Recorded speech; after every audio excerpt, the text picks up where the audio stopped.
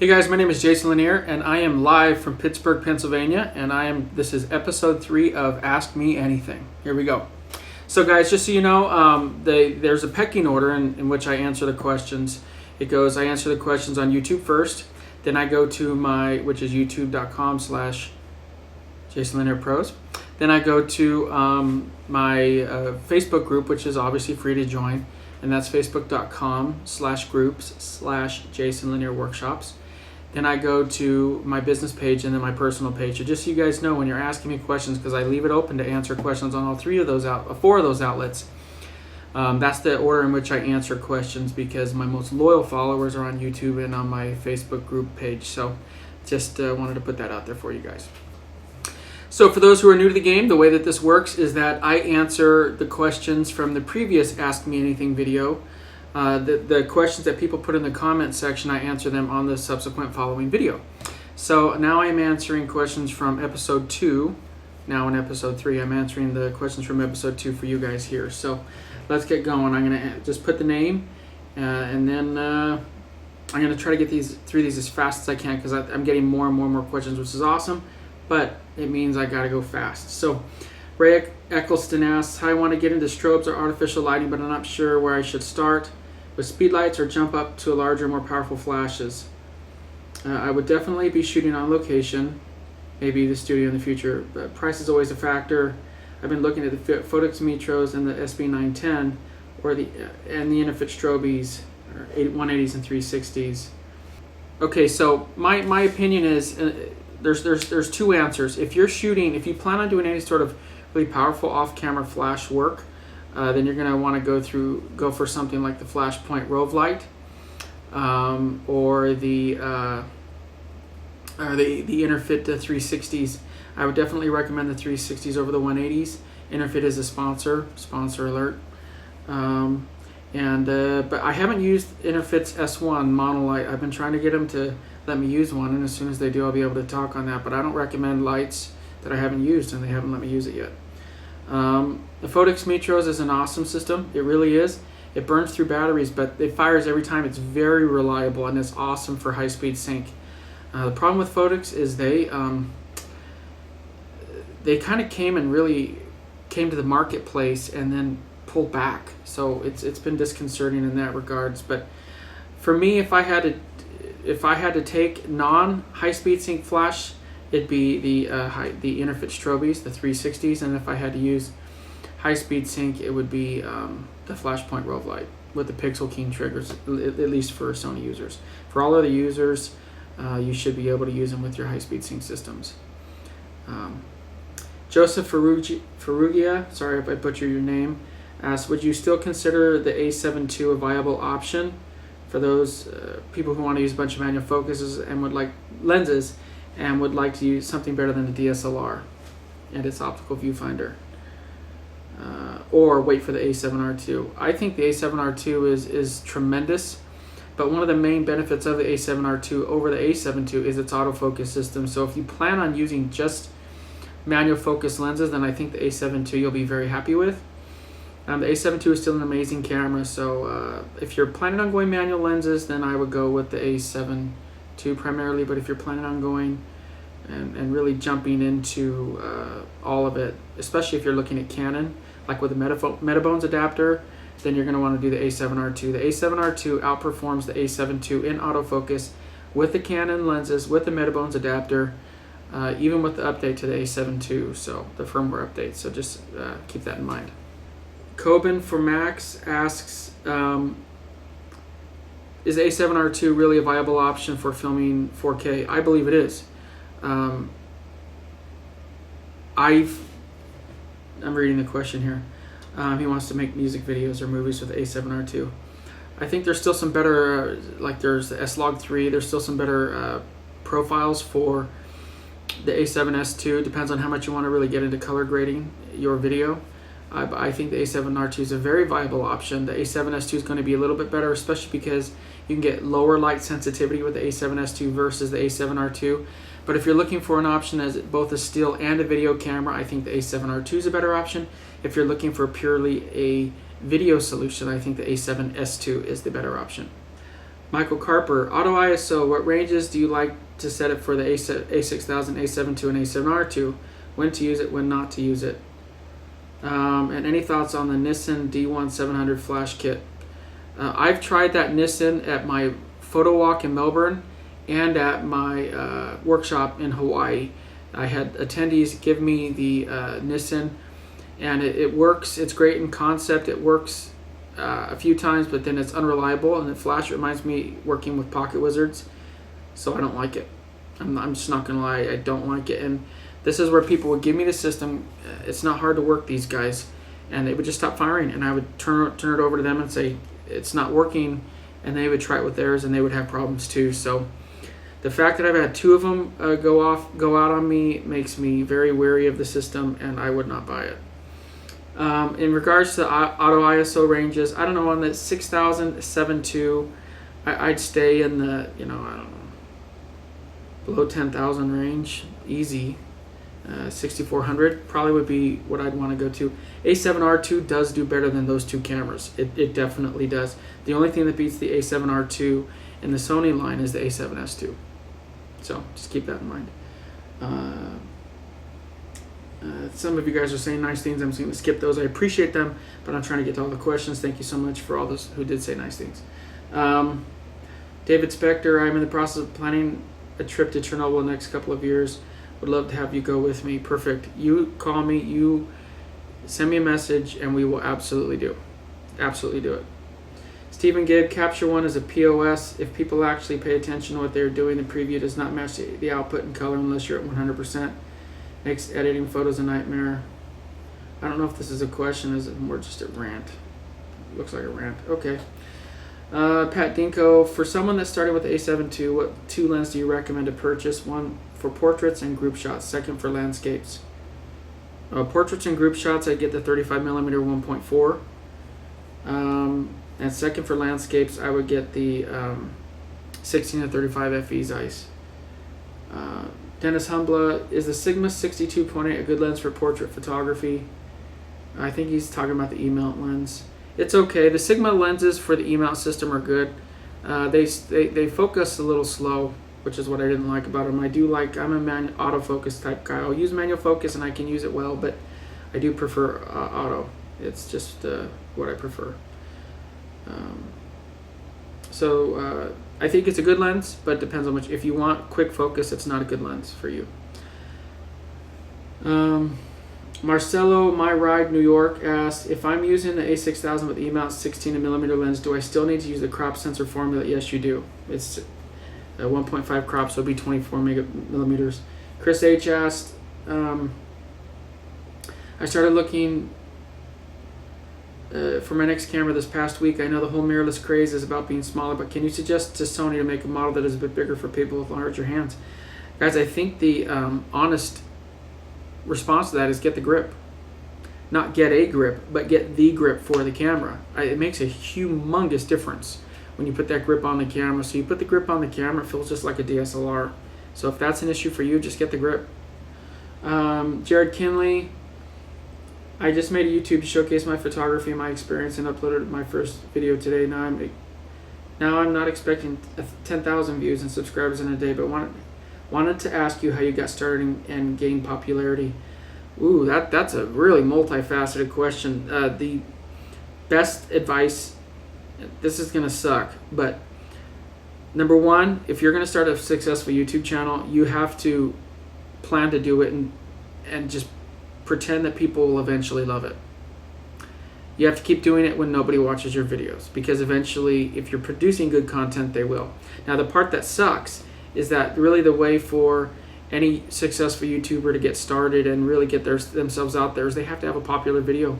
You have to have a video go somewhat viral. I've had several go viral, and they've gotten very popular, like my Six Flags video or my 10 Reasons video or my Camaro video. I mean, all these have hundreds of thousands of hits, and I mean, my Six Flags is nearing 1 million. So those popular videos will drag viewers to your channel, and then they will start watching everything. So that's the only part that sucks. So get out there, do something different, and it will really help your channel to grow. But I guess the best and most important advice I can give you is make sure to really keep putting content out there when you think nobody's watching, even when no one is watching.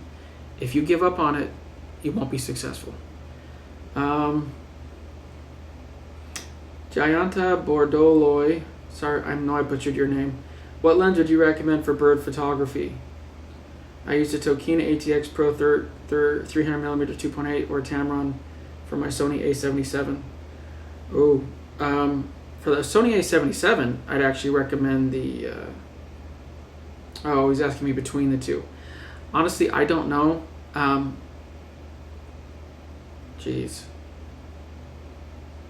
I've always been more of a Tokina guy. I typically shoot my camera manufacturer's lenses. I don't... the Tamron, I don't know. I'd probably use the Tokina. Now, I haven't used neither of those lenses, but if I had to buy one, I'd probably get the Tokina, but take that with a grain of salt because I don't know those lenses. But if just looking at the specs, I would get the Tokina.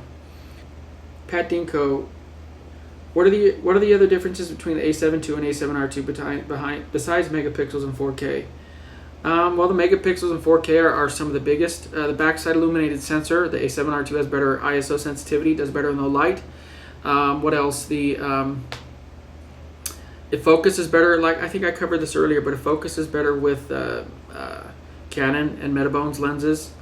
Focuses better with A-mount lenses than the A7 II. The A7 II is better because of the firmware update, but the A7R II still beats it. Takshiel Jagani, you don't use the A6000 anymore, and you haven't made any videos on it or haven't done any recent shoots with it.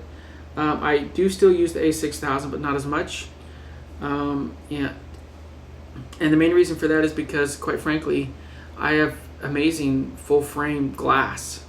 The glass is just so much better for the full-frame line of Sony mirrorless than it is for the crop sensor mirrorless line. People may not want to hear that or believe it, but it's my honest, humble opinion that is the absolute truth. Sean Pierce Gordon, Jason, have you ever configured your camera settings for back button focusing, or do you... Okay, great question. I don't use back button focus. I didn't use it with Nikon, and I don't do it with Sony. That's just not something that I use. Also, for weddings, do you mainly shoot in wide metering or use spot? I don't. I just look at how the exposure is coming out on the back. The main benefit of live view and the EVF is that you can see the changes before you take the shot. So I just see how it looks and I take the shot. Chris Long, could you do some videos on how you edit your pics in Lightroom? The only place I teach Lightroom or editing is at my workshops. So if you guys want to learn that stuff, then you have to come to a workshop. When you mentioned Francis Lalonde, when you mentioned overheating, I've noticed my camera will occasionally seem to warm up a bit. I normally have the auto shutdown set, but sometimes I get carried away and just start snapping away. So question, should I be worried about that? No, don't worry about it. Now this isn't official Sony telling you. I've had cameras, Nikon, I've never used Canon, but I've had Nikon and Sony overheat.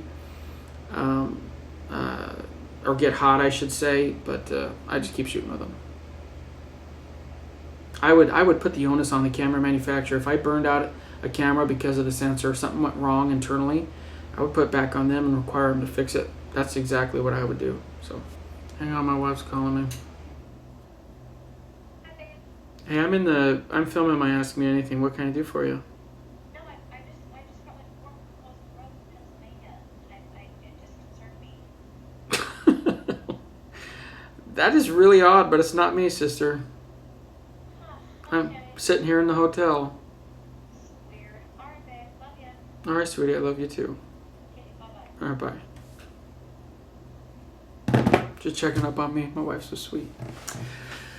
Alright, Doncho Slavov. Hey, you're in focus for the first time. Screw you, man. When am I not in focus? There might have been a few times, but that screw you is all said and love, Doncho. Are you related to Nacho Libre? Bakshar Venkatasan. Man, I'm butchering these. Hey, since you come from landscape photography, when you set the exposure for the brightest part of the sky, Below the horizon goes completely dark. You also mentioned that you don't do HDR. How else do you pull out details in the foreground or below horizon? We can flash the human body, but the land. That's where you need to hope that your camera has enough dynamic range to be able to pull out the shadow detail. That's the honest truth. So if you have a crap camera, or crop sensor cameras will struggle more with this, just so you guys know, as I'm kicking my camera. But you gotta make sure you have enough dynamic range in your camera to make that happen. Andrew Henning, any views on the baddest 22mm? I think it's the 25mm, but I haven't used that one yet. Bobo6665, can I go traveling with you? Sure, as long as you're not a serial killer or a rapist. Takshil Jagani, planning to visit India anytime? Yes, you set up a group on come. Brady, I'm moving quick. I'm trying to get through as fast as I can. Griffinsky, or Griffin Sky, whatever. Sorry, I'm a fan of your wedding and portrait photography. I watched all your videos.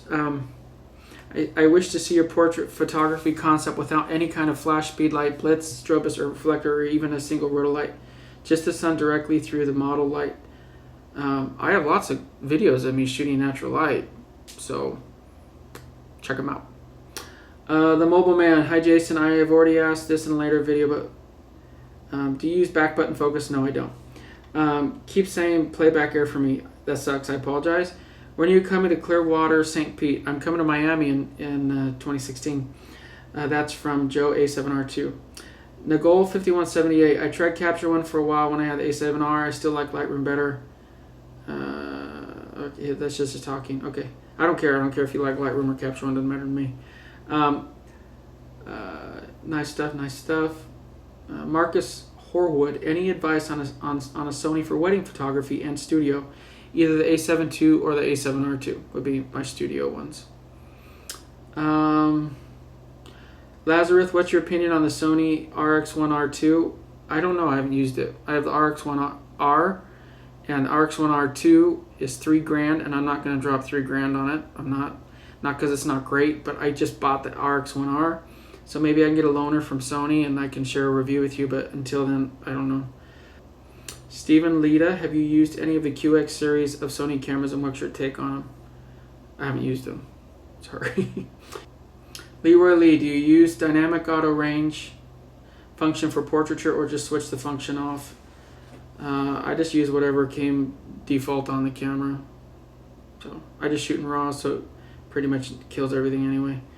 Amanda Gilman, so I found the meetup link I want to attend in June. What is included in your workshops? Not the itinerary. I mean lodging, etc. I didn't think it was until you stated that you meet at the hotel. Yeah, we meet at the hotel for the workshops, but there's nothing else included. So the price of the workshop includes little old me in the fedora and a great time, but it does not include any travel accommodations. But I would love to see you there, Amanda. Inquisitive M, you have the greatest job in the world. I envy you. Yes, I do. Thank you.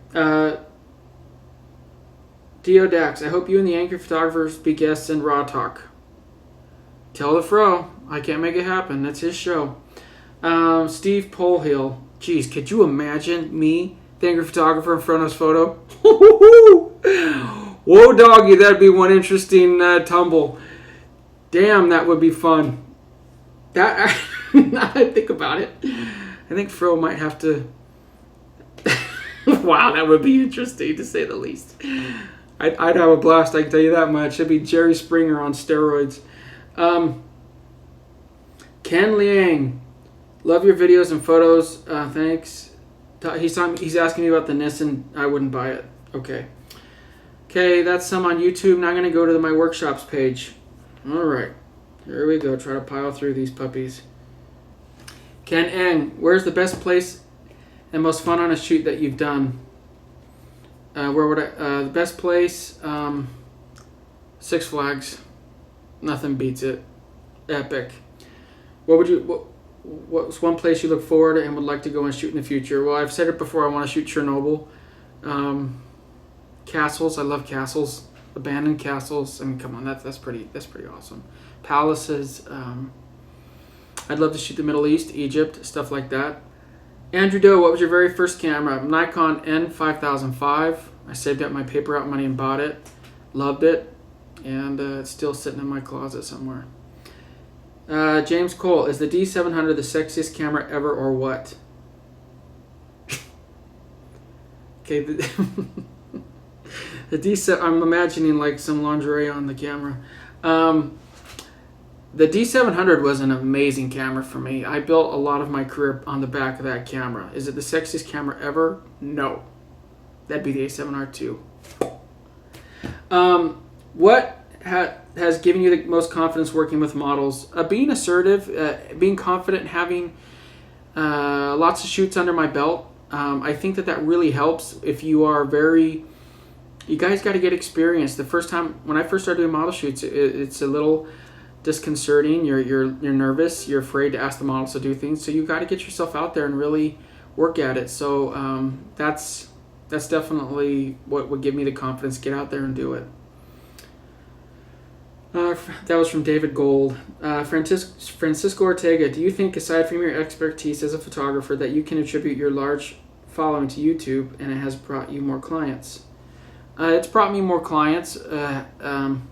What has made my YouTube channel grow, I think any successful YouTube channel truly, it's not just the content of the pictures that a person can take.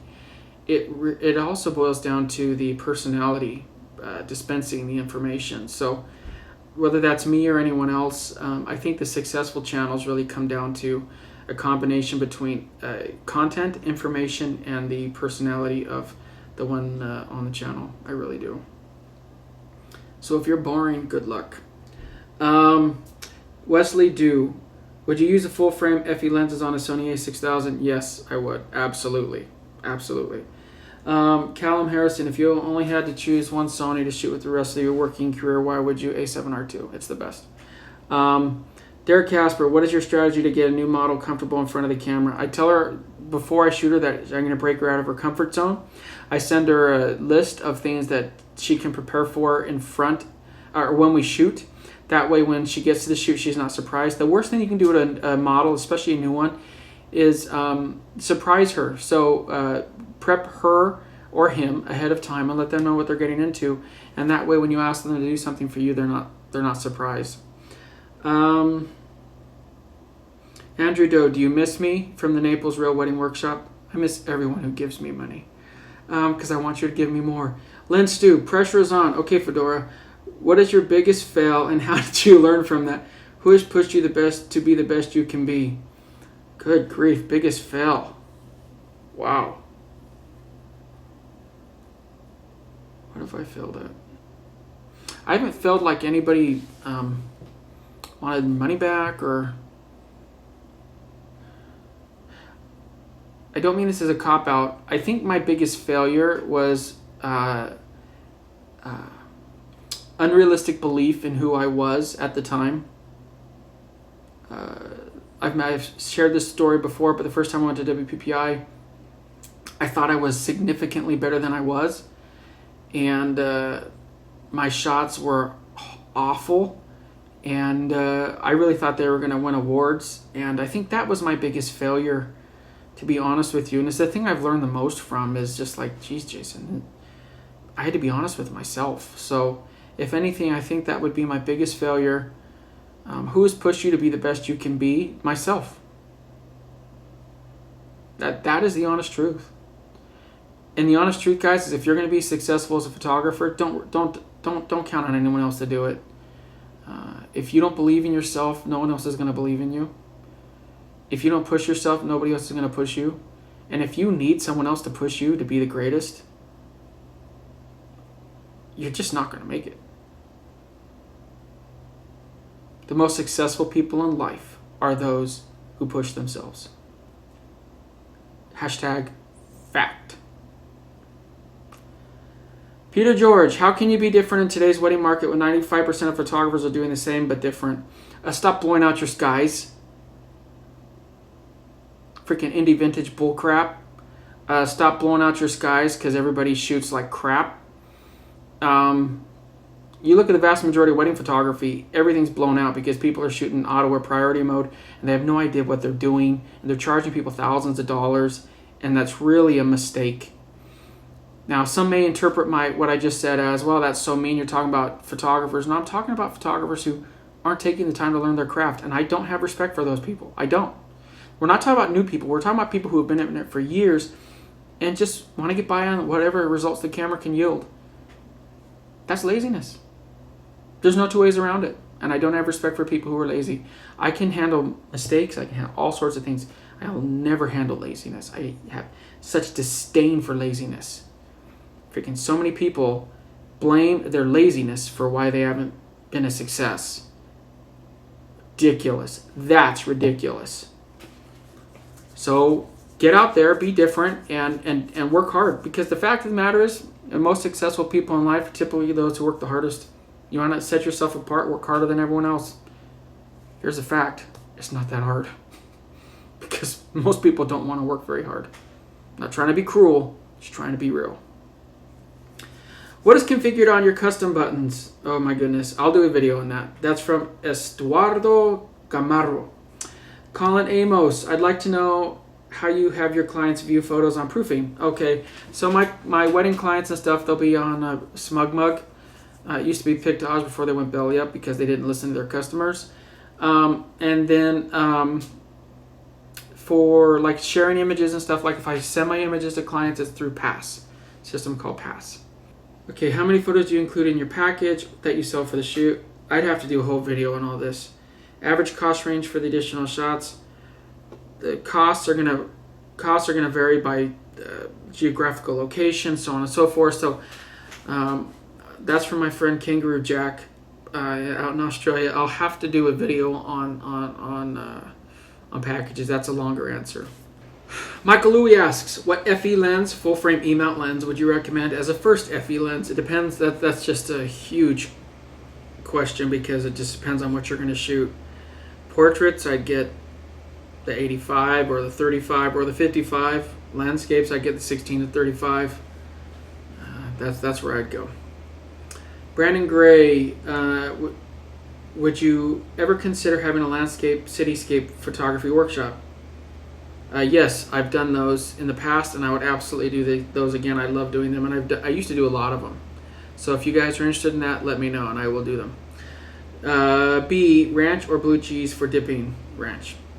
Tim Sorrells, I know you're trying to get caught up, but how'd the 24 to 240 do at the last NFL game you shot? Awesome. That's a really good lens. It's right on par with the 28 to 300 Nikon. So I really love that lens, and it did a great job. John Braun, would you like to try something different with your photography? If so, tell the groups to vote in the poll. Yeah, on my Facebook group, you can go vote in a poll to tell me what kind of photography you want to see me do. So you guys go hit that up. Mario Verdon, Jason, I see some people on YouTube use some very expensive medium format cameras such as the Hasselblads. My question is, what exactly is the main purpose of this so expensive cameras? And he's foreign, obviously. And are you supposed to get better results with it? Well, medium format traditionally have had just phenomenal performance, especially as it relates to resolution, which is why they've been used for so long. But I think with the way Canon and Sony are really coming out with some really high megapixel cameras, it's really eating into that. So I wouldn't, as an everyday thing, I wouldn't go out and get a Hasselblad. That's just me. I'm not making fun of Hasselblads or saying they're crap, because obviously they're not. Would I use a medium format camera? Sure. But it would be more as an experimental thing, not something I'd use for everyday purposes. Hui Huing. For shooting portrait, do you prefer the Sony Macro 90 2.8 or the Batis? The Batis. It's better for portraits. The Sony Macro, like any macro lens, can be a great portrait lens, but it doesn't compare to the Batis, or doesn't compare to a great portraiture lens for Nikon or Canon either. So if you had to use one lens to do two purposes, I'd get the 90, but if you're doing portraits, get the lens that's made for portraits. XL Tabor, which camera would you recommend for indoor combat sports such as MMA and boxing?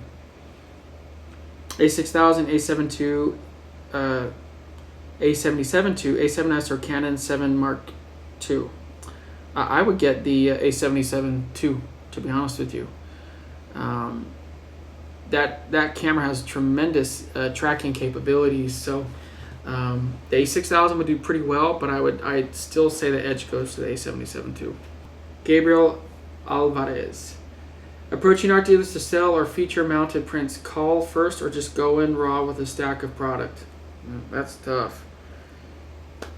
I'd probably try both. Because they are, if you call, they're probably going to tell you no. Get lost. If you're going to go in, don't go in with a stack of product. Go in with 3 awesome shots. Like 3 blow me away, blow my socks off shots. If they love your stuff from there, then you can bring in the stack. That's what I would do. If you walk in with a handful of 50 prints, I know what I would say to myself. Oh my gosh. But if you walk in and say, can you just look at 1, 2, 3 shots? You'll find someone who says who just might do it. That's what I would do. Josh Hartwig, when is the scheduled shoot with the Angry Photographer? There is no shoot with the Angry Photographer. He has retired ever since my video. He's now retired. He has spurned my advances to do the shootout, and I can't wish him nothing but the best. He continues to make videos to piggyback off of mine, but Josh, I know Josh. He's doing this to just get at me, but he's not going to shoot. So I wish him nothing but the best. So Ken, have fun. Leave it at that. Doug Marshall, what is the highest ISO that you will shoot on a typical event for a client? Depends on the camera. If I'm shooting with A7S, A7S II, it's going to be higher. It's going to be in the 25,000 range. For like A6000 stuff, 6400 or less, definitely. Tyler Hissam, how do I get you to come to my area, Pasco, Washington? Oh, for a workshop. How many people do I need to make it worth it? You need to get at least 5 or 6 to do a workshop, and then we'll announce it, and then I'll sell the rest of the spots on my own. So if you want me to come to your area, this applies to anybody. Get 5 or 6 people together. We'll work on a date. Just send me a message or an email, jason@jailpros.com. Say, hey, I have 5 people that would love for you to come out and do a workshop. Then we'll discuss dates. I'll post a registration page. Once I post that registration page, everybody needs to sign up, and once they've signed up, then we announce the workshop. So it's never failed me. Randy Gilbert, what's the difference in full frame and APS-C in the Sony lenses? Well, I mean, look, guys, I think I know what he's asking, or she, but here's my recommendation. I get this question so many times, and it's okay because it's a great, valid question. But guys, you need to buy, if you're really investing into photography, like as a profession, want to make money, then I've always recommended, back to my Nikon days, to go a full frame camera with full frame lenses. Now Sony makes it a little easier because of the fact that they'll auto crop, but you don't want to buy, if you're going to use the auto crop function, then you want at least a 24 megapixel camera, because when you auto crop, it actually reduces the file size by about 55%. So the best option, that's why I still love the A7R II, is you can put those lenses on A7R II, and you're still shooting at about 19 megapixels, which is great. So that's what I would recommend. Where haven't you traveled yet? Lots of places. Lots of places I still have to go before I die. Brittany King, did you get your wife a new car for Christmas? No. Didn't sell enough workshops. Simon Barnes, I'm coming to California on a fly drive. What inspires you photographically in this great state you live in?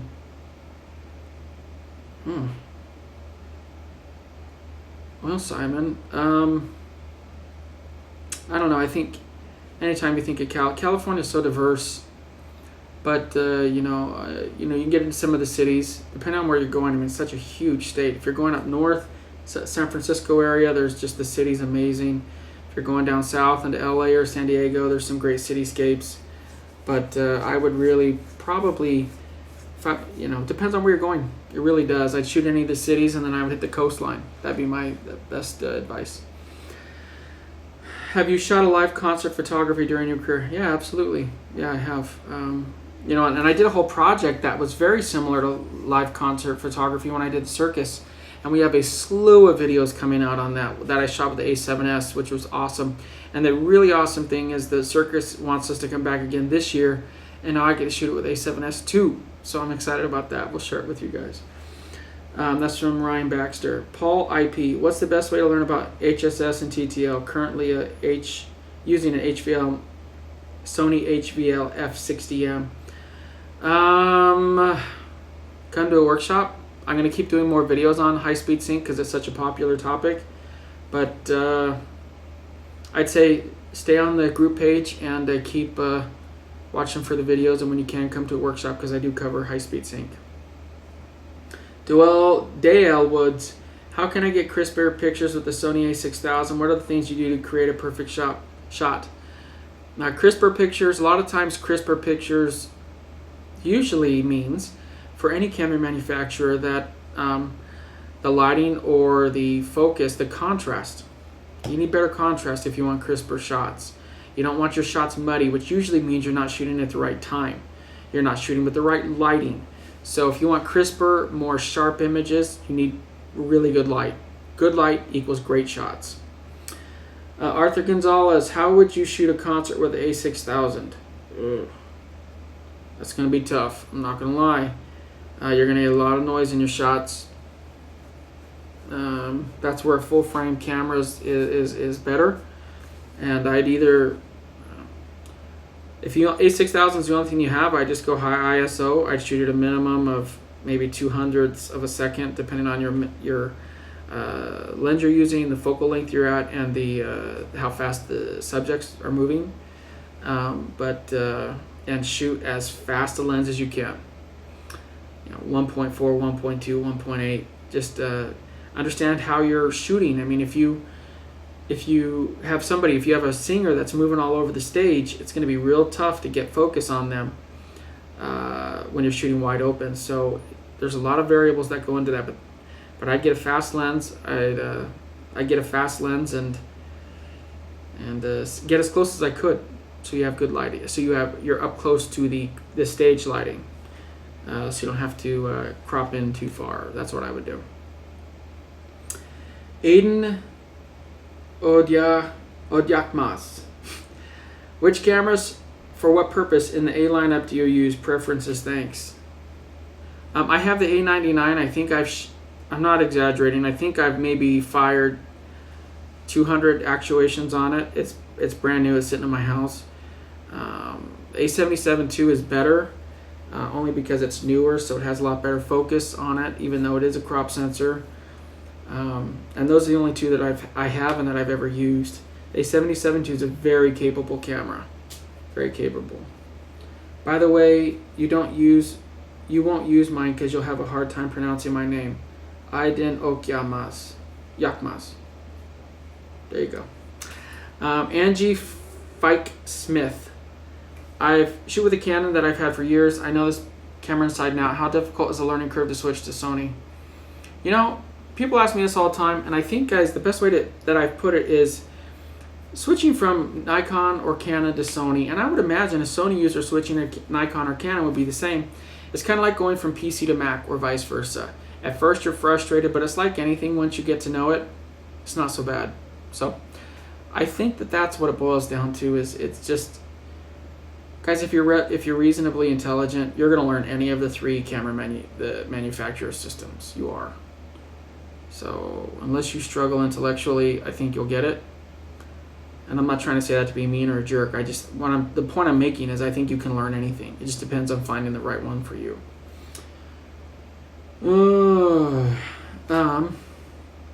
John Frederick Sue, when are you coming to Hong Kong? I need a reason to go. So you want to book a workshop or get a group together? I'm there.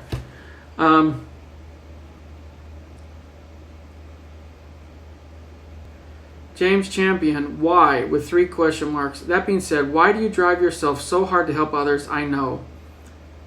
By what you charge, and you are not getting rich.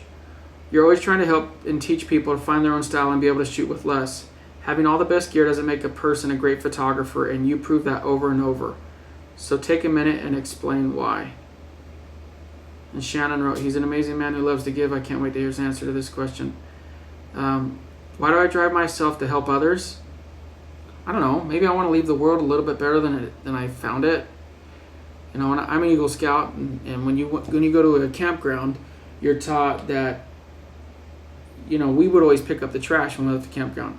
And I think that the best piece of advice, and I just shared this with my sons the other day, the best practice that we always did is that we would pick up trash that we didn't leave.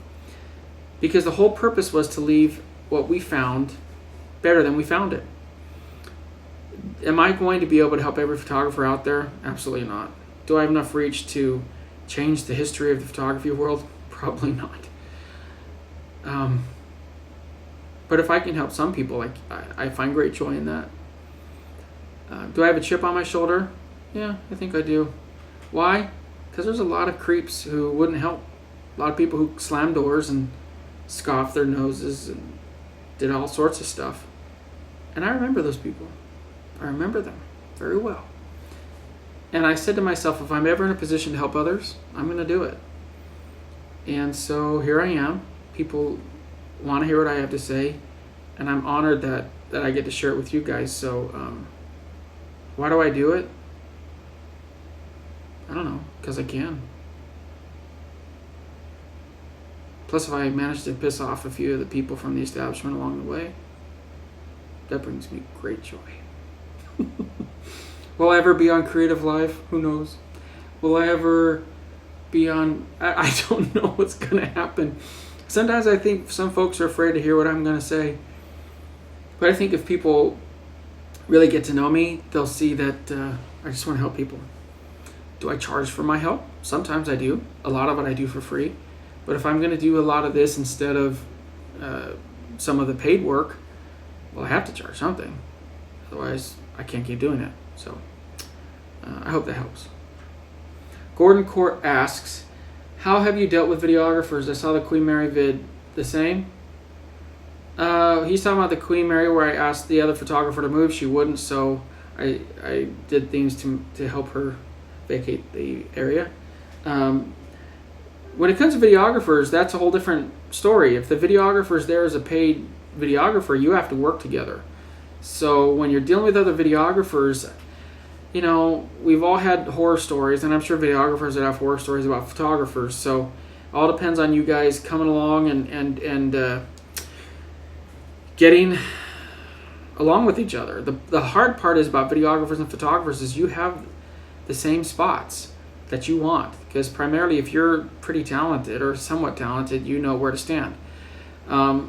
So I guess the best recommendation I give to anybody out there is what I do with my clients is I require creative control of a wedding. That means I have the ultimate say, and that is I have a preference. I have control over a scenario or a set. So if I'm shooting something and I need the videographer move, of course I would ask him or her very politely to move. And then I would also give them the respect to say, hey, look, just let me get this shot, then I'll move out of the way and let you grab one of the same thing. And that tends to work out best. You need that creative control, as I call it, because you need to be able to, at the end of the day, at some point, somebody's got to be in charge. That's just the truth. So that's my recommendation, guys. Ella Mosque, what macro lenses are better for portraits? I have A6000 and aiming to buy A7 II in the future. The 90. The 90 is a lot better than the 30 for portraits.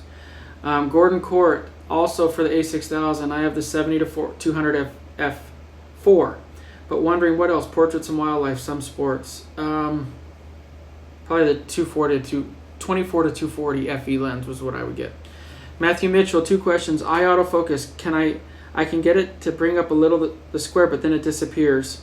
Yeah, when you hit it and the square hits, you're supposed to hit fire. That's when you're supposed to fire. Fire in the hole. So you hit the eye autofocus, and then you fire the trigger. Boom, you're set. So that's the first question. 2, what do you use for autofocus at sport, NFL, or basketball? I've tried several options and haven't settled on any one method. Primarily speaking, I shoot a wide area and I shoot autofocus continuous. Oscar Rumi Rasmussen, what's your worst photo experience ever?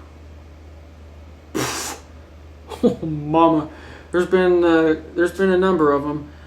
Wow. First thing that comes to mind, it's not even a photo. It's a photo experience. I had a wedding client who wanted me to film them having sex for the first time in Jamaica. Wanted me to share a room with the bridesmaid so they could save costs, and the perk was the bridesmaid was very hot, and she had no problem changing in front of me. I think I'm not making this up. I think that this whole couple were swingers, and they wanted to drag the fedora into all that. That's the only wedding I've ever canceled, and that was some freaky stuff going on. So that's probably one of the worst. It's funny, but second question: how do you backup store all of your photos and footage? Ooh, that's another video I need to do. But primarily speaking, all of my Lightroom catalogs are on hard drives, and my photos are stored online through Pass. Chris Grant: if 33 and a third of a third is $1, what's a third of $1.50? No freaking idea. I'm gonna kick your butt for that question. Rob Giannis: 135 millimeter in the future. What's up with this rumored A9? Any insight? I have no idea. Sony does not tell me these things, so no clue. Here's best piece of advice though: if you shoot the A6000, put your BATIS into APS-C mode, and then now you're at 127.5, 35 millimeter 1.8. Think about it. I did a shootout between the 135 and the BATIS using that method. They look the same. It's pretty awesome. Second thing to do is buy an A7R2, put the BATIS on there in APS-C mode, or use it on the A6000. Same thing. So, awesome stuff. Christopher Shaver: when you were first starting out in photography and getting paid for it, did you take photo shoots that were not always fully prepared, that you were not always fully prepared for, with either equipment or experience? If so, what advice do you have? P.S. My wife is going to kill me if I keep saying fabulous during shoots. Then Brandon writes: it's commonly known that every time someone says either fabulous or ridiculous, Jason is owed a shiny new quarter. It's actually been up to 50 cents now. My royalties are increasing. And I just liked your comment, Brandon, as I said that. Did I take jobs that I wasn't fully prepared for? I'd be a liar if I said I didn't. But not vastly underprepared. And I would always find a way to try to get ready for the shoot before the shoot. Don't take a job if you really don't have the gear to do it. You're setting yourself up for failure. Don't take a job if you really don't know how to do it. You know, there's things where you kind of get the butterflies in your stomach, and you're like, oh, I got to figure out a way to do this. That's okay. I think that's natural, but don't take a job unless you really know your stuff. So when I took my first wedding, I was nervous about it. I had more than butterflies in my stomach, and so I went and shot a bunch of free weddings before my paid wedding. See, so you can take a job, just make sure you give yourself enough time to get prepared for it before you actually do it. Rob Giannis: in a group setting, do you still use face recognition and or eye focus, meaning it will pick up the right person in the front to focus on? Oh yeah, that's tough. You need to be careful with facial recognition in a group setting unless you have a priority order. So in other words, if you set if you register somebody's face, this is in Sony cameras, you register somebody's face, it can actually set, like if you take a picture of the bride and say that's who I want to focus on, it'll find her face and put the primary focus on her face for a group shot. So that's when I would use it. But like when you're doing sports and stuff, it can get tricky. Like I just shot the Lakers game, and it was tricky, especially when I was like shooting Kobe and stuff on when he was sitting down. It would pick up all the faces behind him. So sometimes it would back focus, or then it wouldn't be focused on him. So I had to be careful with that. So just keep that in mind when you're using it. Esh Oseya: a piece of advice on how you manage your life and time being a family man and a photographer. First, newlyweds. Just make sure to take time out. I mean, I'm in Pittsburgh right now getting ready to film and shoot at the Carrie Furnace tomorrow morning. I'm very excited about it. But I would, when I get home, I'm making sure that I'm home and I'm off. making sure they take time off. I think that's the most important thing. So if you guys do that, you're going to have happy lives, and you're going to be happy yourself, and you're going to be able to take care of your family and yourself and your career. Angel Rodriguez, if you had one day time machine, any point in history, where or whom would you shoot? Oh my gosh. I love history, so I don't want this to be taken the wrong way, but I would want to shoot something very historical.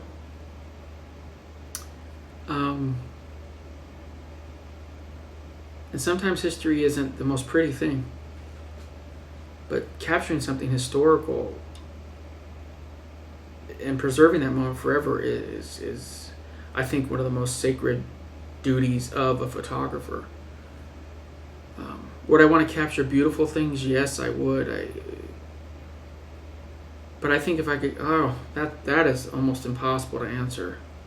I think a lot about World War II, stuff like that. I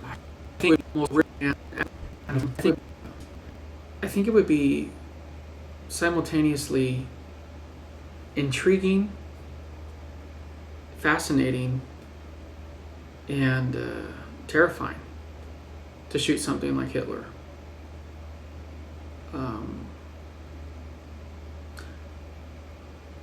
Or like the Ford Theater with Abraham Lincoln. Or George Washington crossing the Potomac.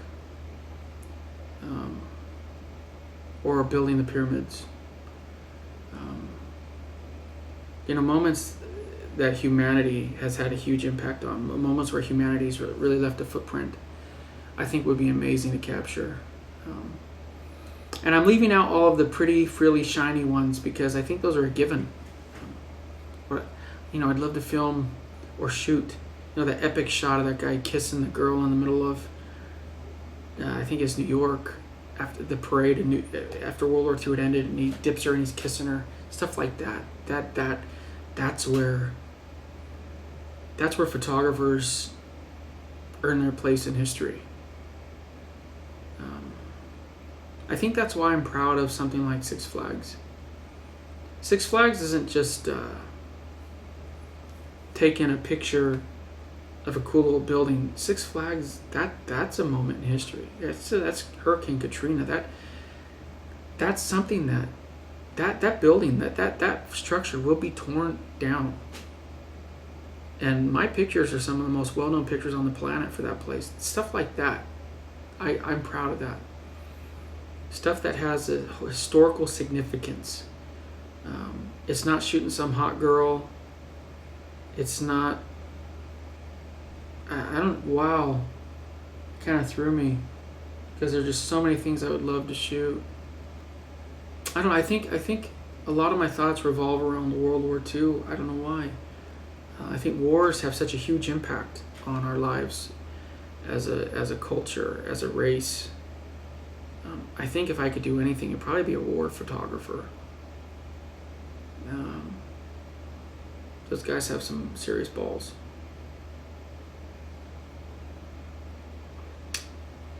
Because you have people who have guns all around you, and you have a camera. That takes some serious you-know-what. So, I don't know. I think, would I love to shoot all the most amazing sunrises in the world? Of course I would. But I feel like I get to do that now. I feel like I get to do that. If I was single and I didn't have a wife and kids, I wouldn't do all the kind of photography that I do. I would do some different things. I would do some riskier things. But I also have an obligation to my wife and my boys to come home every night. And that's more important than some of the desires I have to capture some of the things that I'd like to capture. It's why I won't go some of the places that I would love to go. Journalists getting kidnapped and beheaded, stuff of that nature, I take that seriously. I'm not going to go to a country where that could happen to me. I'm just not. I have an obligation to be home. And I have an obligation to walk into that front door and have my family know that I'm going to take care of them. So for that reason, there's things I don't do. And I know I'm a risk taker, But I take risks with a lot of forethought in mind. And I take risks that I can get in trouble, but I don't really, I'm not going to take something where I could get captured and killed, at least not knowingly. And I think that's very, very important. So where would I go? It would be something historical. I'd love, could you imagine capturing the scene that comes to mind when you think of when they wrote the Star-Spangled Banner or all those things. I don't know. I'm sorry why my thoughts revolve around war, but it's not because I'm not a gory person. I am not morbid. Would I love to take pictures of tons of dead bodies? No. If I had to show the world something, I would, but I wouldn't find any joy in that. But being able to capture something, see, war is also very visually dynamic. It's very aesthetically engaging, and wow. I think you kind of found a little piece of my soul in that answer. If I wasn't married and kids, that's the kind of stuff I'd be doing. I'd be doing photography that would enact change. I would do photography that would show some of the atrocities on the earth. It's why I love the work that I do in Ethiopia, and we're always looking for other opportunities to do that, because I want my photography. See, I shoot the shiny, happy things, and I feel it's an obligation as a photographer, as a human, to use the outlet that I have to help others. It's just the way I feel. So, hope that helps. Oh, man, Angel, you threw me for a loop, brother. He asked another question. With mirrorless VR drones becoming prevalent, where do you see photography in 3 to 5 years? DSLRs will still be around. They will. I think that slowly but surely mirrorless will continue to increase in the marketplace. I don't expect DSLRs to be dead in 5 years. I don't. I think that's short-minded thinking, short-sighted thinking. So I think that you have to take that. You have to really think about where the industry is going to go. But I do think that technology is going to reign supreme, as it pretty much always does. So those companies that don't want to keep up with technology are going to suffer. And one of the main reasons why I think Sony has such an edge isn't the camera bodies. It's because Sony's the only manufacturer in the world that from start to finish produces their own sensors. If you don't think that's a competitive advantage, you're wrong. Mantas something, Patrasunius. What's your biggest failure? I kind of went over that. People want to know about all my failures. How do you focus with your A7 II in low light? Like your last wedding video on a ship. Pretty much on any camera, guys, focus is going to depend on finding a contrast point. So you have to find a point between your subject where there's a dark spot and a bright spot. And if you can do that, you're going to get your focus. If you're having trouble finding focus using any camera, then put some light on it. It's why I love using LEDs. So that's the way to get focus. All right, guys, so you've had so many questions that I am now going to two-part this. This will be part 1. So, guys, thank you so much for watching. I just want to make sure to answer all your questions. You guys put them down. There'll soon be a day I can't answer all these questions. I try to keep these at 30 minutes, which is why I'm going to cut this one off now. I have no idea how long I've already been going. But until next time, keep shooting, never give up on your dreams. Find the right gear that works for you, and remember, you only have one chance to get it right. Talk to you later. Bye. Part 2 is coming out soon.